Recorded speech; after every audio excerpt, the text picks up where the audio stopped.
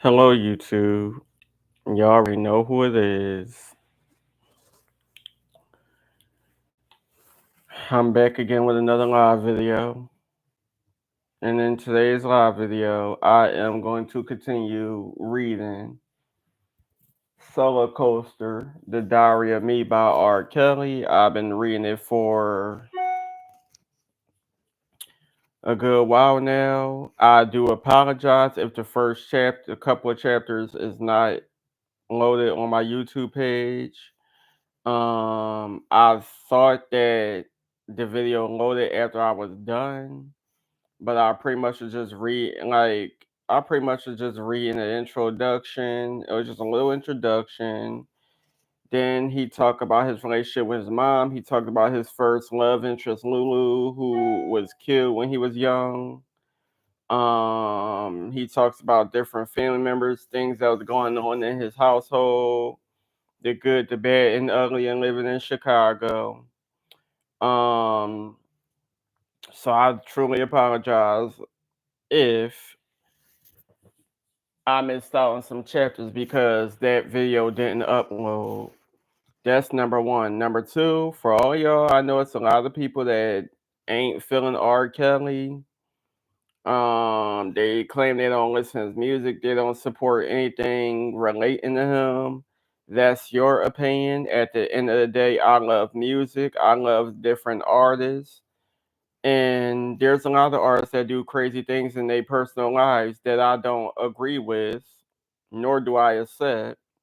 But at the end of the day, like many, I know how to separate the music from the artist. I can listen to a certain songs from an artist and not be focused on what they do in their personal lives because I ain't the one who did it.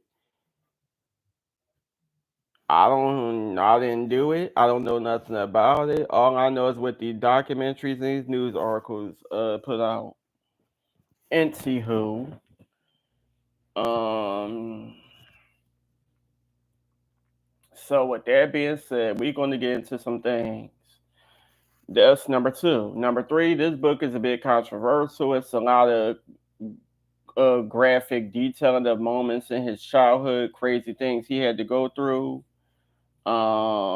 such as activities that shouldn't be going down between adults and children or adults and teenagers, whatever age he was. Some of the same activities he's being accused of doing.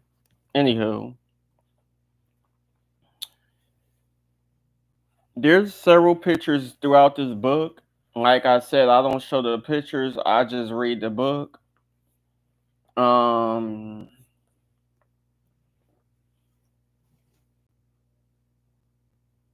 yeah, I don't show the pictures, I just read the book. So if y'all want to see any pictures of a younger R. Kelly or whoever he have in this book, please feel free to buy the book.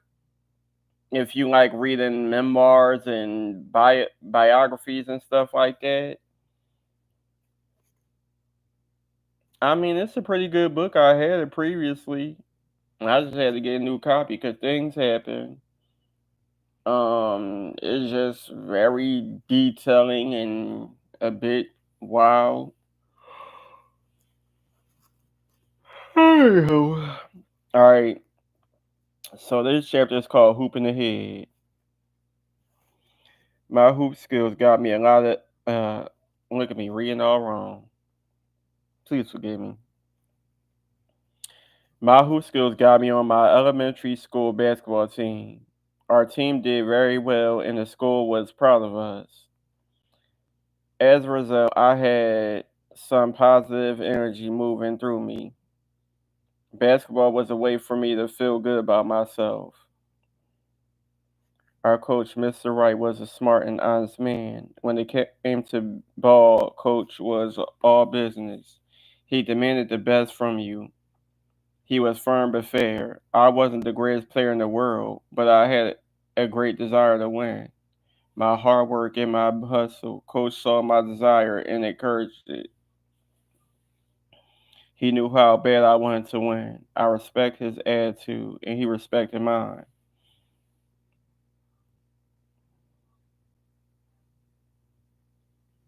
He started me as a forward. My jump shot might have looked a little funny, but it was falling. I was reading the defense, forcing turnovers, cashing in on fast breaks. The basketball court was where I shined. The basketball court was never the problem. The problem was the classroom. Because of my reading, I kept falling further behind. I had ways of covering it up, skipping classes, pretending I lost my book. But I knew that one day it'd all catch up with me, and it did. I was held back a few grades, but because of ball, I was allowed to slide at school. This reading problem hurt my heart so bad because of how I longed to know what was in those books. I had a desire for learning. I had an imagination that drew me to stories. When I looked through picture books, for instance, the picture seemed to be waving at me. If our class took a field trip to a museum, I became part of the paintings on the walls. If there was a picture of a man on a boat in the middle of the sea, I'd up a story in my mind. The man had dreamed of a enchanted island where a princess was waiting for him. She was the love of his life, and he was sailing all the way around the world to find her. I felt like a bird without wings. I had desire to fly, but just couldn't do it. I had desire to read stories, but just didn't know how. To me, stories were the most beautiful things in the world. I'm in love with hearing a good story. When our class went to see the Black Stallion, the story jumped off the screen into my soul. The movie was so powerful and inspiring to me. The boy and the horse, surviving the shipwreck, stranded together on a desert island. After they were rescued, they achieved the impossible. The Black Stallion made me believe that I could survive my struggles, that I could overcome the obstacles in my life, uh, things that I didn't think I could ever do. I believed now I could. I mean, that I could. Ugh, excuse me. We also saw Star Wars. The movie touched me too. I could relate to Luke Skywalker overcoming Darth Vader. I understood what the Force was about.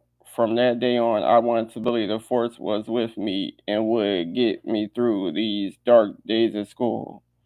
During my last year of elementary school, nothing could stop our basketball team. We buried the rest of the league and we wound up undefeated champs. But I also couldn't be any sadder because there was no way I could graduate with the rest of the team. I had too many F's. My failures had caught up with me. I was going to be held back in elementary school while the rest of the guys would move on to high school. Then came the news. A teacher called me into her office and said it plainly: "You'll be graduating with everyone else." I couldn't believe it. I thought she had me confused with another student. I even asked her to repeat it.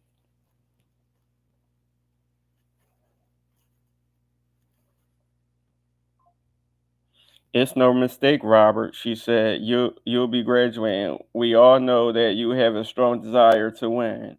You've proven that in basketball, so we hoping that when you get to high school, you'll show that desire in the classroom.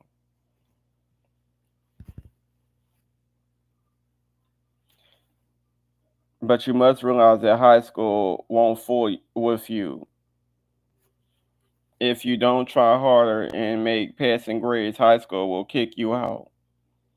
I thanked her and left, but her words hung heavy over my head. Her words were echoing inside my brain when, a week later, my mother and I went to my elementary school graduation.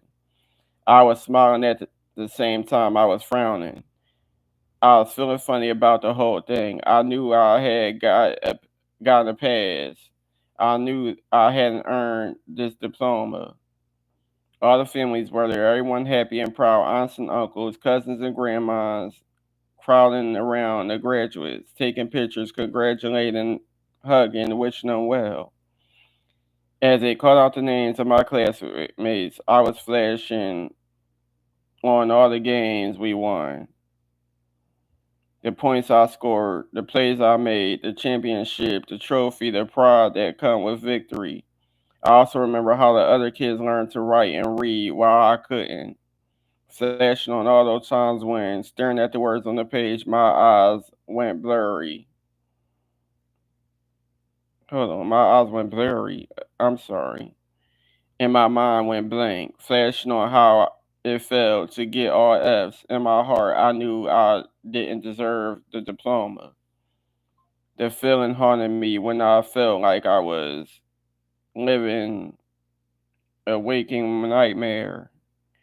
When the principal called out our names, each of us got up to get a what? To get a handshake and a certificate. Terrence Smith. Terrence got up and hurried across the stage where he was handed his diploma. Larry Johnson. Larry walked over to get his diploma.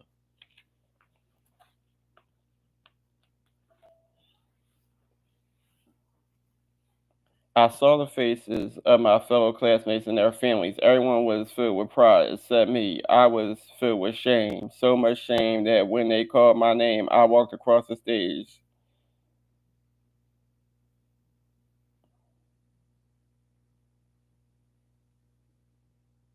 took the diploma, threw it into the audience, and ran out of the auditorium. My mother ran after me. We were out in the parking lot when she said, "What's wrong, son?" "I don't deserve it," I said. "I didn't earn it. I want to be able to say this is mine. I earned this when nobody can ever take it away from me. That day will come when you feel that you did earn it. Rob, you just gotta be patient."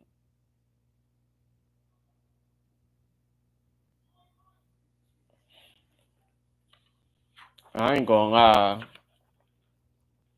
Um, During the we used to have award assemblies in school, and Dad called my name, and I never go up. My teachers had to get the awards for me. It could be for art, it could be for anything. Cause I mean, I could read and write and stuff like that, but like I was just nervous. I was already being bullied by a majority of the kids in the school. Staff members was getting on my nerves.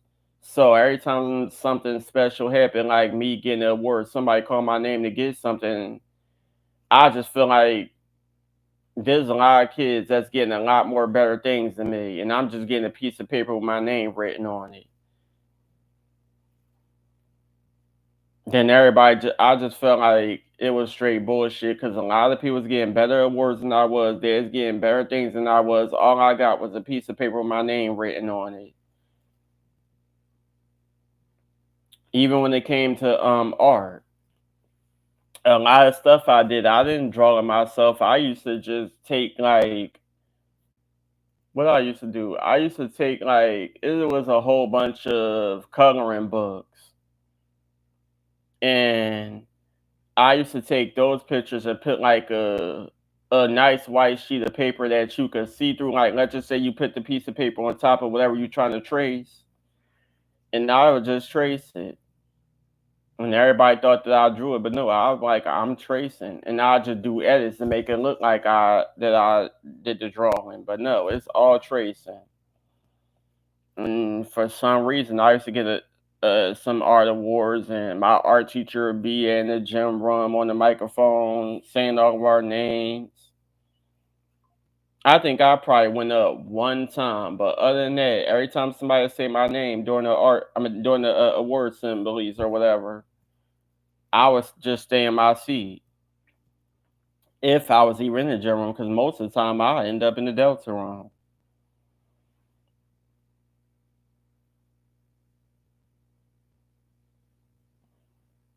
Um, the next chapter is called Room 126 or 126, whatever y'all, however y'all want to take it. Kenwood Elementary, situated in the same Hyde Park neighborhood as the world famous University of Chicago, where President Barack Obama and his wife Michelle once lived, was considered a great high school that attracted the smartest students, kids who wound up going to all the best colleges. I got to go there not because I was smart, but because I played basketball. I was happy for the chance to keep playing with my teammates and to move up to a higher league. I was truly, I was totally blind by my past, and I couldn't see into the future. In my fantasy, I had a shot at the NBA. I felt good about basketball, but I didn't feel good about high school because I knew eventually everyone would find out that I couldn't read. I was afraid that I'd lose my shot at pro basketball and my dreams of a better life. I couldn't go back to grammar school and I didn't know how I was going to get through high school. I was trapped. I never had teachers like in grade school who keep passing me. Besides, I didn't want that. I wanted to learn to read like everyone else. On my first day at Kenwood, I went to music class held in room 126. I didn't know what to expect. I remember there were 40 or 50 kids in the classroom. Everyone except me seemed to be old friends. I didn't know a soul. I took a seat in the front row and I thought to myself, what the hell am I doing in here? I felt like an alien. Then the teacher arrived. The minute she stepped into the room, all talking stopped. Her hair was stylishly done. I saw from how she dressed that she had class. Her eyes were dark brown. Her eyes were looking over the room, seeing who's who and what's what. Her eyes told me that she was no substitute teacher. This lady wasn't playing. Her name was Miss Lena McLean. She said, there are two students in here with gum in their mouths. I'm going to give them 2 seconds to put the gum in the garbage or I'll fail them. Right away, 20 students got up to put their gum in the trash can. I saw that this lady was smart. If she said 6 seconds, they would have had time to think about it, and maybe only 5 or 6 kids would have gotten up. She could sure take charge of of a classroom. Next thing I knew, she was pointing right at me. I got scared and checked to see if I was chewing gum. I wasn't. I didn't know what she wanted from me. Do you know who you are? Yes, ma'am. I'm Robert Kelly. No, you are God's child. The Spirit of God's in you, son. You are going to be famous. You are going to write songs for Michael Jackson. You are going to travel the world. People will pray. People will pay to see you. You are anointed. God has given you a gift that no one can take away. I had never met this lady before, and she had never met me. I didn't have a clue as to what she was talking about. I had heard prophecy stuff before. Did I say that right? I don't know. But never about me. Besides, I wasn't two processes. Is that the right way you say that? Prophencies? Processes? I don't know. I'm sorry. I hope I'm saying that right. Because I'll be messing up. Please forgive me.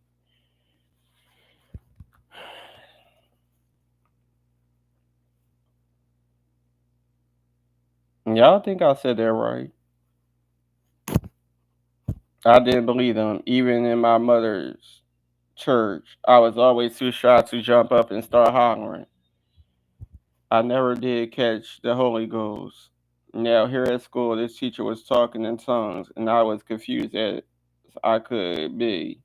I love music, sure, but my main plan in life was to play basketball. Meanwhile, Miss McLean kept on talking, even as she walked over to the upright piano and sat down. She began playing gospel chords, which seemed weird to me. I'd never seen a teacher play gospel songs. At the time, I didn't know that she was a pastor as well as a teacher. I didn't know anything. All I knew was that Miss McLean was lifting her hand with her fingers spread apart and prophesizing on me like a preacher. While she was playing, she was praying. Praise God. Praise his holy name. Praise him for giving this child a talent that the world will recognize. Praise him for putting this boy in my classroom where he can grow. Lord, let him grow. Keep him strong. Then she looked over at me and said, stand up, boy. I want you to sing. I'm not really a singer, I said. I'm a basketball player. Son, you not a basketball player anymore. You singing today. Just follow me. She started singing Billy Preston's You Are So Beautiful to Me. I followed her and sang the same words, the same notes. I was so shy though that I wouldn't face the class. I just faced her. Her face, bright and smiling, gave me confidence. The voice inspired my voice. Excuse me, her voice inspired my voice.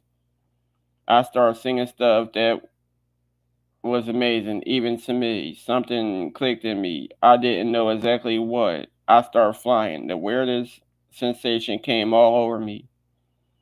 I was able to sing lower than I ever had. I was able to go higher. New ideas popped off in my head, and I could sing them all. The girls in the class were going crazy, and the guys were giving me the woof, woof, woof, dog cheer. I was a new person. The woman was taking me somewhere I'd never been before. I had a new lease on life. Part of it had to do with the girls. In high school, if you were light skinned or could sing a little, it was a wrap. I wasn't light skinned, but having heard me sing a little, the girls were showing me serious love. That was enough to make my day. And not enough to make me change my mind. I still wanted to be Michael Jordan.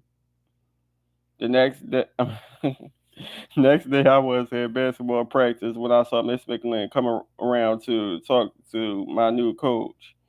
No one had told him about my reading problem, so he thought I was like everyone else. Do you have a Robert Kelly? She asked. Yes. Call him over here, please. Coach called me over. I stood in front of both of them. I want Robert off the team, said Miss McLean. He's a good player, said the coach. Doesn't matter to me how good he is. His music comes first.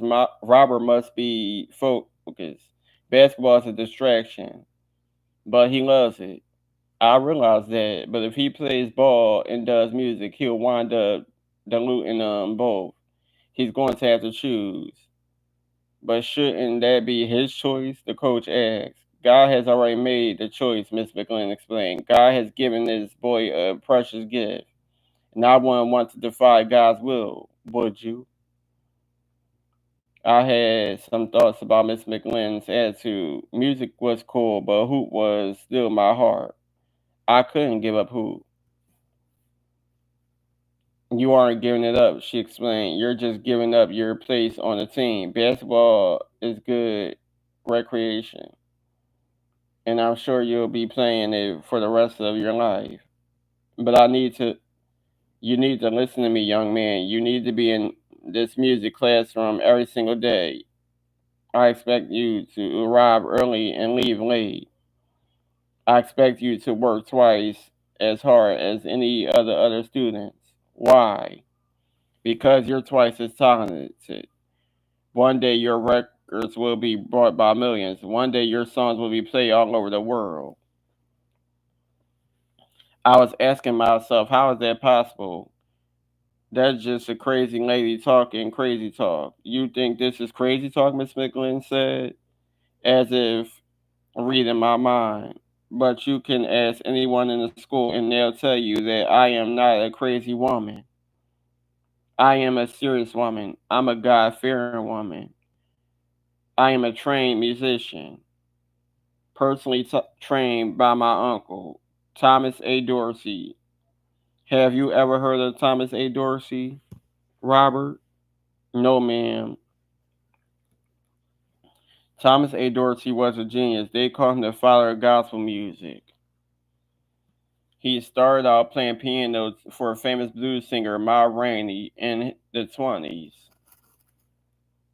Hmm. You need to study these things, Robert. This is your heritage. My uncle used to go by the name Georgia Tom.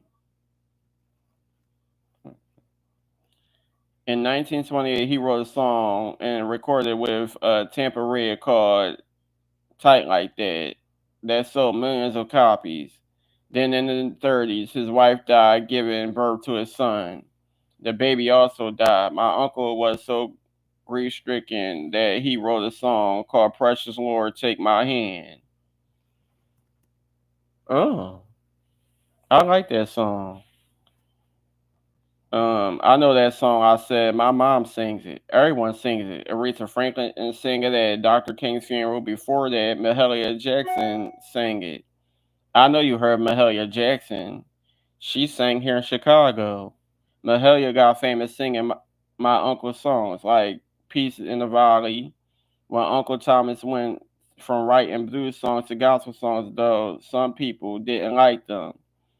I'm talking about church people. They thought his song sound bluesy and jazzy. Well, they did, but Uncle Thomas knew that there is no sin in writing a gospel song with jazz chords.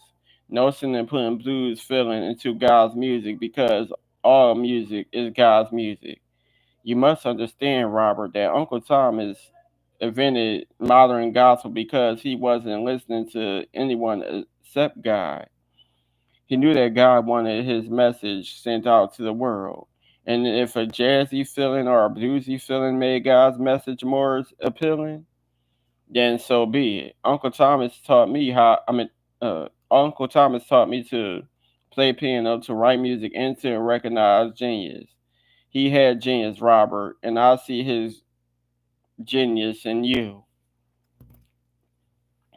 I still have to come early and leave late every day.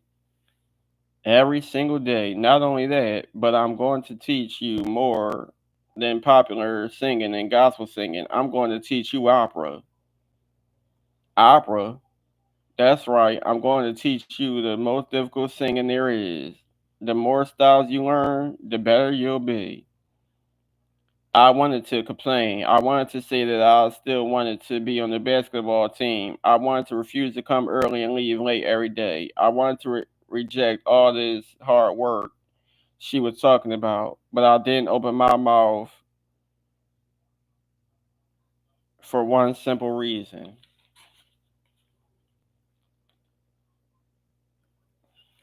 The lady intimidated me. I love Miss McLean. I loved her because I could feel that she loved God, she loved music, and she loved me. She was strong, but I was used to strong women. My mother was strong. Miss McLean couldn't sing like mom. She didn't have mom's powerhouse voice, but she could teach me things my mother couldn't. Miss McLean knew about breathing. She taught me to breathe deeply from my diaphragm. Shallow breathing leads to shallow singing, she said, and you aren't a shallow singer, Robert. You're a singer who must sing from your soul.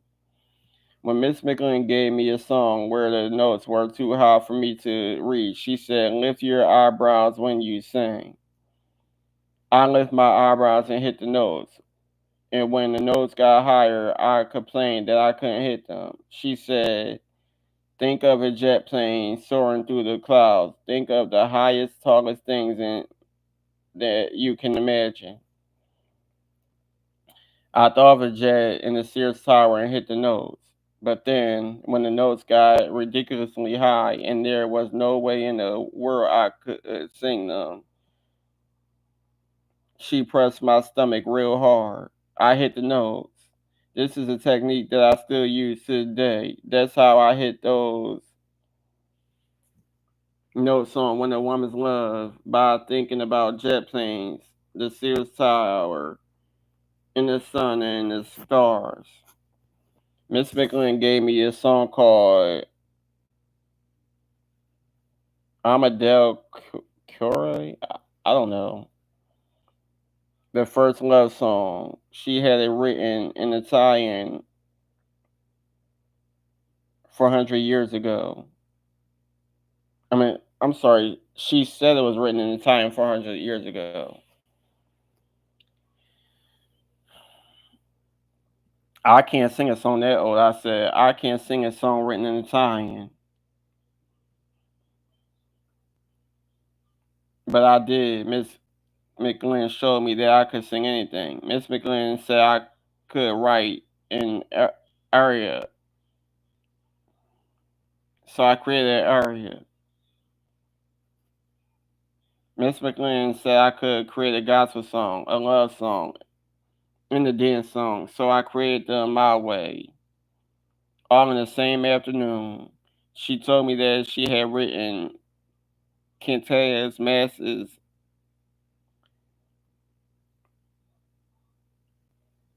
orchestral works for piano and violin. She even orchestral. I'm sorry, I'm reading this all wrong. She also written electronic music. Ugh, this is a lot of reading. That's why. So I mean, if I can do it, Robert, she said, so can you. Miss McGlynn was college trained. She went to Spelman in Atlanta and then earned a master's degree in music from the American Conservatory in Chicago.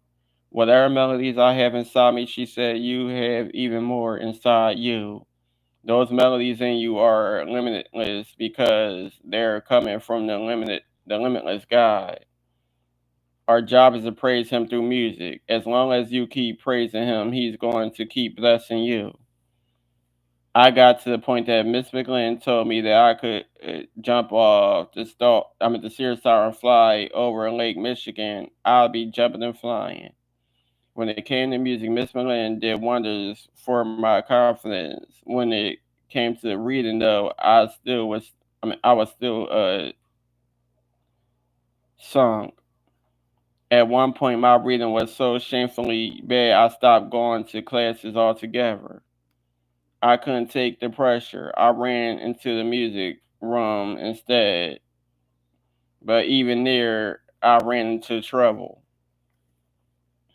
There was this guy named Charles Craig. He was a Herbie Hancock fan, a wizard of the keyboard, and another prodigy of Miss McLean. Not only could Charles play great, he could also write great. Gospel, jazz, blues, pop, classical, the whole 9 yards. Meanwhile, I couldn't play an instrument or read or write a single note of music. I didn't know the sharps from the flats. When I looked at the musical score, I got a headache. I did everything by ear. Being around Charles was a little intimidating, but I saw how much Miss McLean admired him, and it made me want to learn piano. By watching him, though, I also learned something. He was a bad little guy, but when he read from the sheet music and played it flawlessly, it sounded cold. It didn't feel good. On the other hand, when he let loose and got improvised, it felt great. I wanted to play in a way that felt great. Miss McGlynn always talked about following the good feeling wherever it leads. When I found that secret room at school that everyone seemed to have forgotten about, it became another place, a safe place, when I could escape from my classes in the world, and there was a piano in it. Alright, that's a lot of reading. So, eventually, I'll be back to read some more of this book. Once again, I apologize if I was reading a little too slow. I still was messing up a little, mispronouncing words. I apologize. Anywho, please like, comment, subscribe, hit the bell to be notified. I have spring break until the 7th of April, so I'm going to try my best to stay consistent in getting through this R. Kelly book so I could go read some more of these books that I got. Yeah, so I guess I'll just see you on the next video. Hopefully y'all liked what I read. Please feel free to check out the other videos where I read this book so y'all can stay tuned and um yeah. I'll just get back to you on the next video.